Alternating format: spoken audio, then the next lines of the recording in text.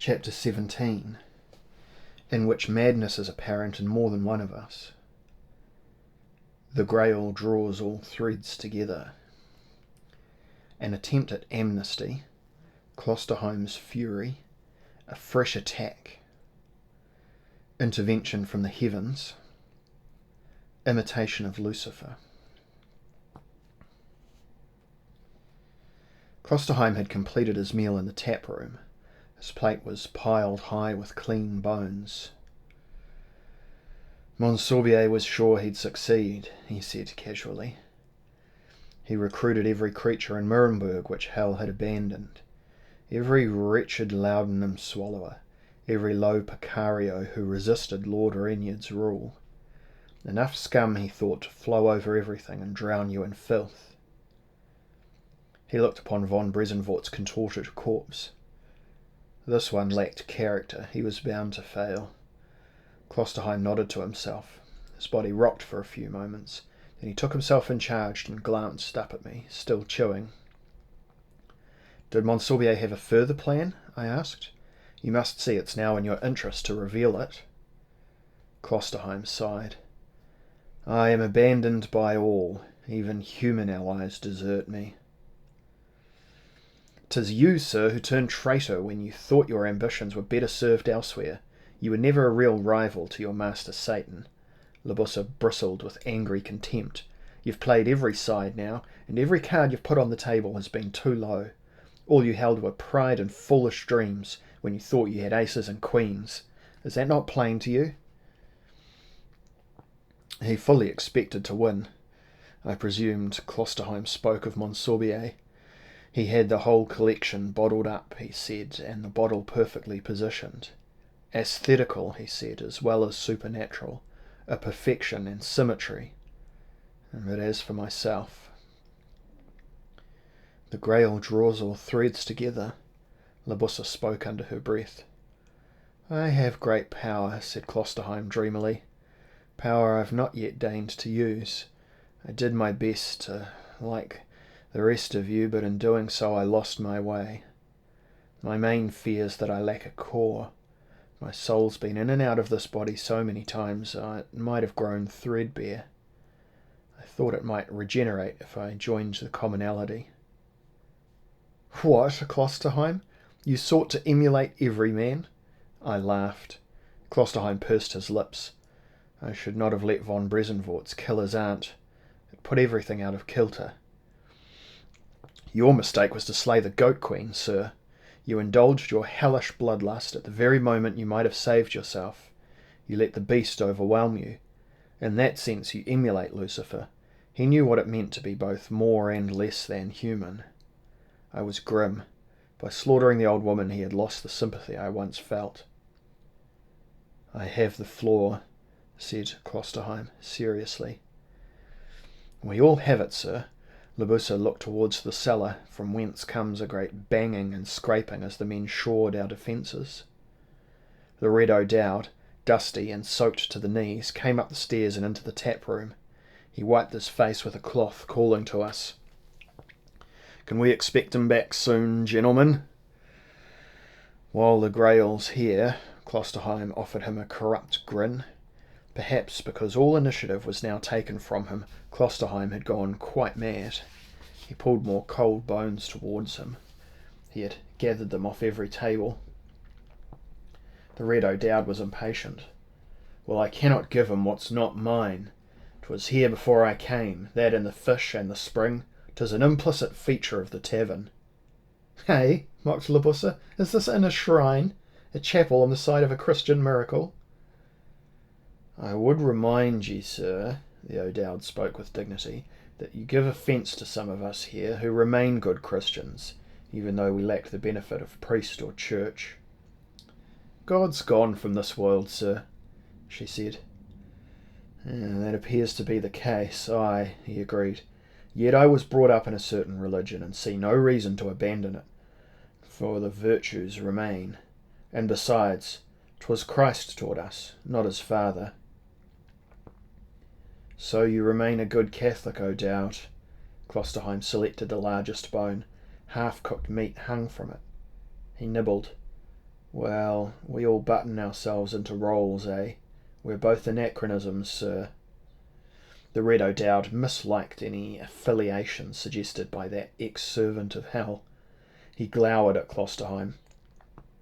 You may be abandoned by Satan, sir, and I abandoned by God, but that does not put us in the same cart, nor even upon the same road. There's only one road now, sir. Klosterheim grinned around his bone. Or shall be in a day hence. And it's my road, O'Dowd, not yours. The great Irishman was dismissive. Your time's past, sir, and I'm not pleased with you. You helped bring disturbance to my house, and I'll see you tried and punished when this business is settled. Klosterheim fixed insouciant eyes upon his feast. I'll kill you first, he muttered.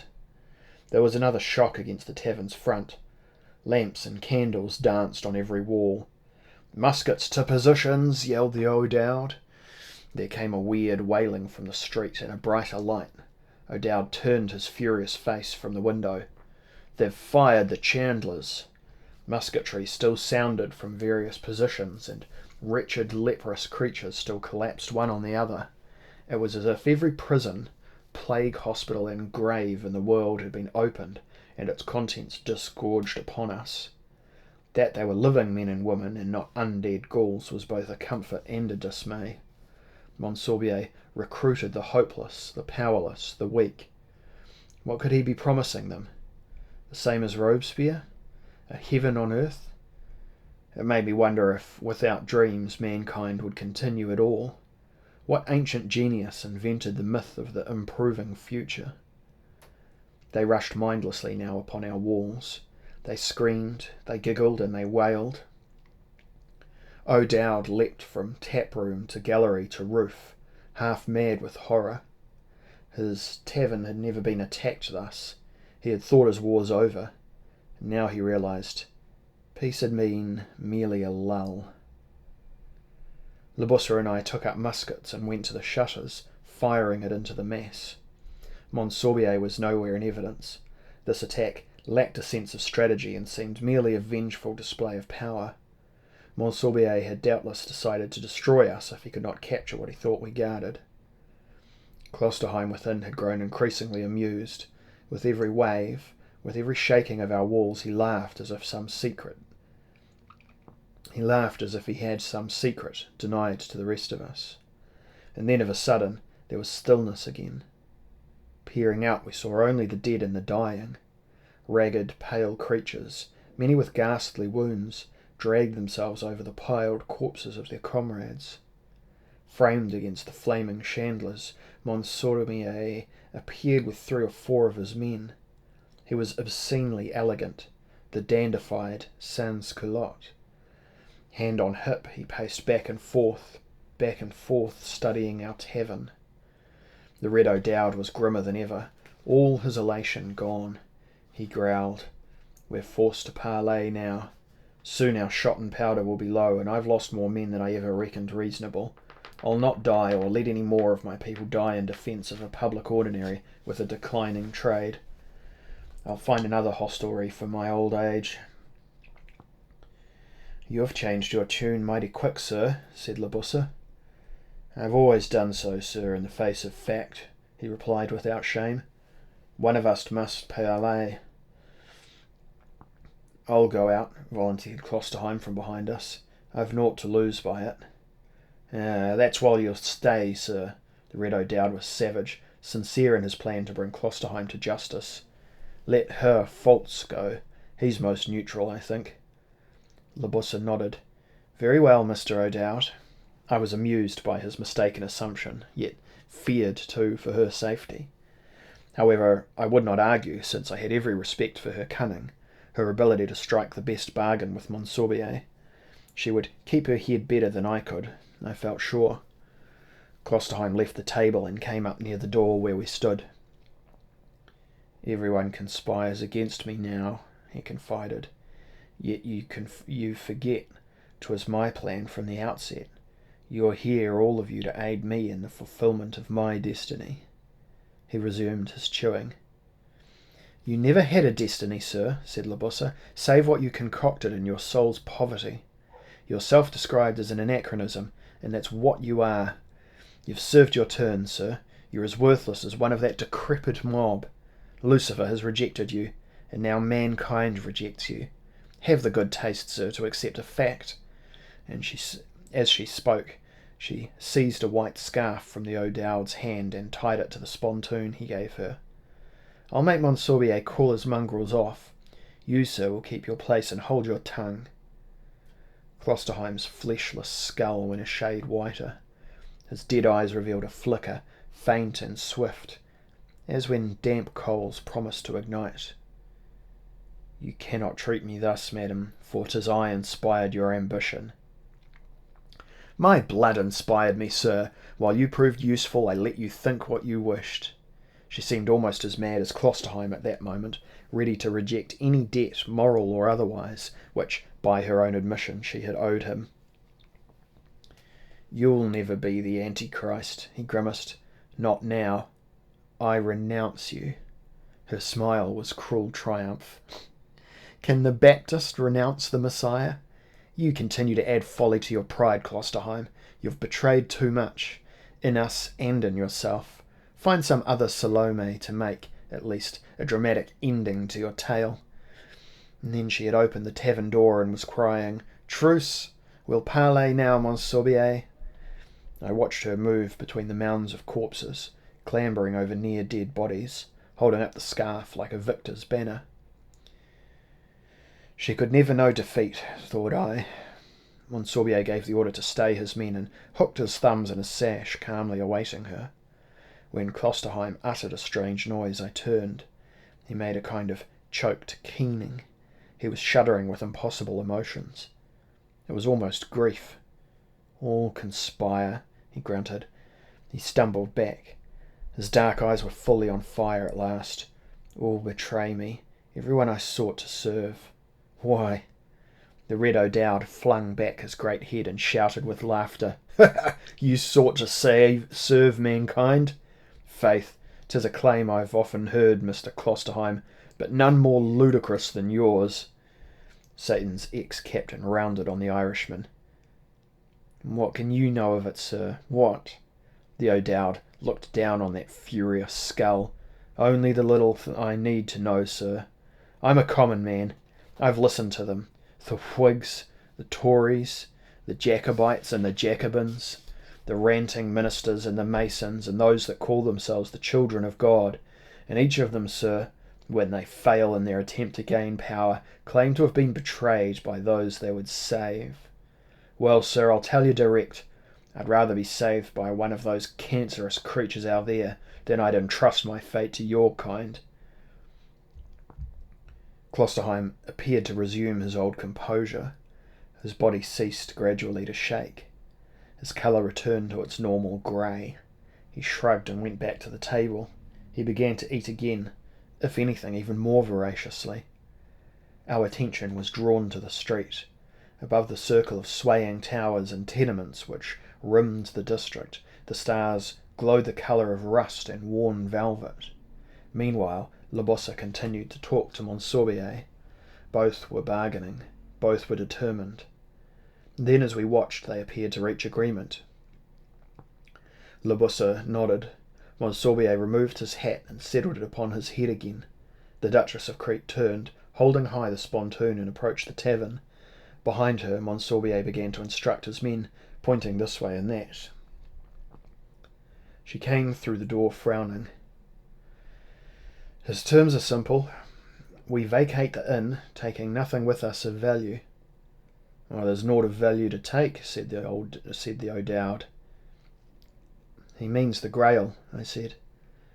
Well, if that's done, she continued, we may go free, and no attack shall be made on us. It sounds like an Englishman's bargain, said the O'Dowd with a frown. The same as was made at Munster, where the garrison marched out in good faith, only to be butchered by the king's army. Well, sir, said Labossa, this could indeed be English honesty, but it looks to me as if it's the best we have. You'll give up your desire for the Grail? I was astonished. The search can begin afresh, said she, once we're clear. No time, said Klosterheim, sniggering, for a new beginning. She ignored him, addressing our host. Well, Mr. O'Dowd, how does it strike you? Not well, sir. I think there are insufficient guarantees. How long do we have for discussing the bargain? She shrugged impatiently as if she had already decided her strategy and was irritated by the O'Dowd's understandable hesitation. 5 minutes. Ah, that is not enough. Go out again, sir, I beg you, and get us half an hour. Klosterheim had moved subtly, picking up an emptied musket from the floor. There was a bayonet fixed to the end. With frothing lips and unstable eyes, he charged directly at the O'Dowd. All betray me, all conspire. It was like a battle cry. The O'Dowd arched his back, pushing out his pelvis towards us, shoulders in the opposite direction, and a little tip of steel emerged just above the bottom button of his waistcoat. Oh, Jesus Christ, he cried, aghast. Sirs, I am buggered. And grinning like a jackal, Klosterheim had bayoneted his anus. There was no way a person could die with dignity from such a cowardly wound. I had seen it before, amongst Washington's men in particular, when they punished Indian renegades. The musket was still dragging behind him, like a wooden tail, as he moved on tiptoe, trying to escape the pain, trying to ensure the metal moved no further into his vitals. Stand, man, I shouted. Bend forward. Oh, Mother of God! A little blood came from his mouth now. I pulled the musket free and more blood followed it, gushing. There was no saving him. His men hardly realized what had happened. I pointed at Klosterheim, who stood crazy-eyed upon the stairs, then ran up past the gallery and beyond to the upper floors. 2 men left in pursuit. The O'Dowd was weeping, lying on his stomach at last upon one of his own trestles. This is an unseemly, unchristian death, an unmanly death, sirs. Would ye hear my confession? You'd best have a co-religionist, said I, signing for one of the Ukrainians to come over. That's what you get, sir, for turning your back on the devil. The Red O'Dowd offered us a small smile. There was so much blood around his mouth that the smile was almost obscured, and he changed his responses and received his consolation. Libussa slung a pouch of shot and powder over her shoulder and retrieved another musket. The cellar, she cried, racing down the steps. I was torn between following her and staying with the dying Irishman, but she was back again, shaking her head. I thought it was a fresh attack on us. Come, Von Beck, we'll defend the roof. Monsorbier's interlude is over. And sure enough, the horrid mob was on the move again. The walls rattled. The whole tavern threatened to fall. Everything was shaking loose. The O'Dowd's men fired back in concert. It was discipline battling disorder. I handed the spontoon with the white flag on it to the square-faced Ukrainian, who took O'Dowd's confession. I'll leave you with this to use at your discretion. O'Dowd's eyes were closed. His great red beard stuck up around his poor, pallid face, and he continued to murmur the appropriate catchphrases, which he hoped would lead him through the gates of heaven, or at least to wait patiently outside them until Lucifer and God came to a decision. It was a terrible, vicious action of Klosterheim's. He struck at any vital creature which possessed what he had been denied. Libussa had been right, moreover. It was that following of murderous impulse which denied him unification either with his master or with mankind. We were rushing up the stairs now in pursuit of Klosterheim, up the narrow servants' stepway, up a spiral, then a final ladder of polished wood which pointed towards the open skylight. It was obvious he must have climbed to the roof, but there was no sign of him. Some of the O'Dowd's bravos were still positioned there, with Greek fire burning and ready to be projected, and the 2 who followed after Klosterheim were there too, looking very baffled. We searched across the slopes and chimneys. He had gone. We peered over the knee-high battlements, but there was no sign of him on the ledges below, no sign of his body in the street. The mass was like writhing, maggoty meat from that perspective. I drew back. "I'll keep watch here," she said. "You search downstairs again." I returned, flight by flight, to the tap room without seeing any sign of Klosterheim, and I began to believe he had magical powers as he had claimed. The O'Dowd was breathing his last and wanted me near him. I approached and placed my ear close to his mouth to hear what he so urgently wished to tell me. "Don't, sir, I beg ye, retail to anyone the manner of my dying." "I see no dishonour in your death, sir. The dishonour was all Klosterheim's." I made no promise. His eyes closed and his laboured breathing was over, but there was smoke curling under our doors and windows. "They're firing us as they fired the Chandlers," shouted the Ukrainian. Dropping his master's dead hand, he reached for his musket again. "Oh, Christ, they're using petroleum!" The stench could have been naught else. At the same time I heard Libussa screaming from the gallery. "Von Beck! Up here! Hurry, man!" Certain that she had found Klosterheim, I took the stairs in twos, but she led me upward, all the way back to the cold air of the roof. She was shouting to the soldiers, "Down there! Quickly, lads! You're needed!" Wearily they abandoned their positions and one by one lowered themselves through the skylight. Libussa looked oddly gratified. I was not sure we should risk leaving the roof unprotected, and said so. She glared at me as if I were a victim of a March moon. "We've no further need to stay," she told me, and pointed upward. "Look, fool!" There was a great shadow crossing the autumn stars, but it was not a bird, nor yet a witch. It was St. Audrin's aerial ship with its little sails and paddles, its monstrous round canopy, and its body the form of a flying griffin. There were particular muttering noises issuing from it now. Every so often a small explosion like a gunshot cracked out, but no one was firing from up there. I saw sparks and feared lest they catch the inflammable gas and take the whole thing, a roaring ball of fire, to the ground. The thing jerked, quivered and dropped lower. St. Audrin seemed to have better than usual luck in steering the craft. He shouted to us now through a great brass megaphone. "Stand clear! We'll throw you down a ladder!" The whole tavern rocked as the mass collided with it once more. The musket fire grew more ragged. I prayed the defenders would leave before they were overrun. Would they leave their dead leader and escape him through the sewers? I was tempted to return, to order them to leave, and then, out of nowhere, I heard a voice at once strange and familiar. It called out softly to the mass. There were no words to the song, but it lulled them. At once the mob began gradually to calm like a sea after the storm.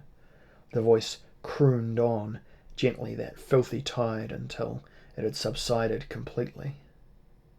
Next the mass began to sway, moaning in concert. I was scarcely able to accept the change, wondering if I were victim of an illusion. Then a rope ladder had struck the roof, and Libussa began to climb, dropping her musket but keeping shot and powder. I could now see, peering from the side of the gondola, Prince Miroslav's face. The Russian was grinning down at us, plainly delighted with the adventure. I did not pause to wonder for long how they had found us, but thankfully put foot to ladder, starting my own climb, which was hampered somewhat by the unwieldy sword in my sash. I reached the gondola at last and was pulled to safety by a chuckling St. Audrin. Libussa was already being wrapped in a great woolen cloak by Prince Miroslav. The balloon swayed and jerked in the air. It seemed heavier and differently weighted. "Good morrow, St. Audrin," said I. "I'm glad to see your steering's improved." I, too, was slightly crazed on account of our experiences, but remembered to ask, "How did you know we were at the tavern?" "Oh, and don't credit me for the steering, sir," said St. Audrin. "You can blame Prince Miroslav for that. And surely you know your lady arranged this rendezvous when she came from here to Prince Miroslav's in that stolen carriage." I looked across at her, but she was hidden in the cloak. Now both her movements and her costume were explained, but I could not guess why she had not told me the truth. Why had she lied to me on so many issues? It suggested that she sought to manipulate us all by the best means: confusion and deceit. When in the next moment the gondola jerked violently, St. Audrin was mystified. "What's this now?" He went to peer over the side and then whistled in surprise. "By God, man, I didn't know ye were there. I didn't know ye were with us. Hold on for pity's sake, I'll drop the ladder to ye." Who is it? Libussa broke free of Miroslав's comfort. She and I went to join St. Audrin on the gondola's side. Ah! She was furious. We were high above the tavern now, with the roof at least 100 feet below us. But there was a creature holding on to our trailing rope, swinging and kicking like a monkey. I heard his thin, desperate voice screaming, "Traitors! Traitors!" Libussa put a restraining hand on St. Audrin as he stooped to gather up the ladder piling at his feet. No, St. Audrin was disbelieving. "It's your ally, madam, Klosterheim. What? You think it more prudent to lower the balloon? If he slips, he's done for, eh? Very well." He reached for the valve cord, but Libussa shook her head. "No." St. Audrin glared at her in outrage. "Madam, I've made it plain that I do not serve ye. Would ye have me do murder for you now?" He released gas from the valve. Slowly he dropped back towards the tavern roof, and it became apparent that Klosterheim, with demonic tenacity, had succeeded in climbing a few more feet up the rope. I could hear him panting, see his black eyes glowing in that terrible skull. "By God," said St. Audrin in admiration, "he'll do it without the ladder. He's still stronger than Hercules." Soon Klosterheim was little more than 20 feet from us. His expression was fixed, a silver mask of hatred which bordered on lust. He climbed steadily. He would be revenged on all of us if he could, and was entirely without reason. St. Audrin held the descent steady, his gaze on Klosterheim almost as intense as Klosterheim's on him. Prince Miroslav crossed the gondola to busy himself with a new piece of machinery, blowing and throbbing there. Then the balloon stopped altogether, hanging as if frozen in the air. There was the sound of wind in the riggings, some mutterings from Miroslav's machine, our own breath, and we looked down. Far below, the tavern was shaking violently, seemingly torn asunder by the swaying and chanting of the mob. Flames rose everywhere in Salzkirchengasse. It was as if we stared into hell itself. Klosterheim clambered another few feet. His gasps became the sound of bone scraping bone. His ghastly face glowed in the hot light from the fires below. I shuddered, for it seemed that death itself climbed implacably up through old night to claim our souls for damnation. Then Libussa had unsheathed her sabre, and, before St. Audrin understood her intention, she made a single expert passage, and the rope was sliced. Klosterheim screamed, but it was not a scream of terror. He was screaming pure outrage, a predator thwarted of his victims. He screamed, even as he flailed towards the distant surface, toward the greedy fires and that swaying, unwholesome chorus of the damned. It seemed there was a moment when, screaming still, he clawed at the very air for support and found purchase. He was refusing to fall. During the moment I truly believed he would arrest himself in mid-descent and continue his climb. His hating eyes met mine, and I shuddered. But those clutching, skeletal fingers found no purchase in the cold emptiness. Down dropped Klosterheim in noisy imitation of his old commander. Lucifer flung out from heaven. With one last bellow of angry impotence, with one shrieking curse upon his lips, he plunged twisting into the flames, and was consumed. Libussa smiled her satisfaction and sheathed the sabre, careless of St. Audrin's horror. "He must have been hiding in the flues," she said. "Did you notice how dusty his coat was?"